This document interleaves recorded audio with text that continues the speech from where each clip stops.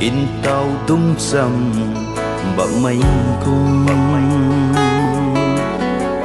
anh này lung ninh khâu này bấm khô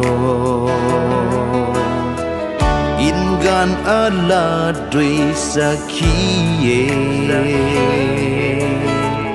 tu na nang thơ a khăng nghe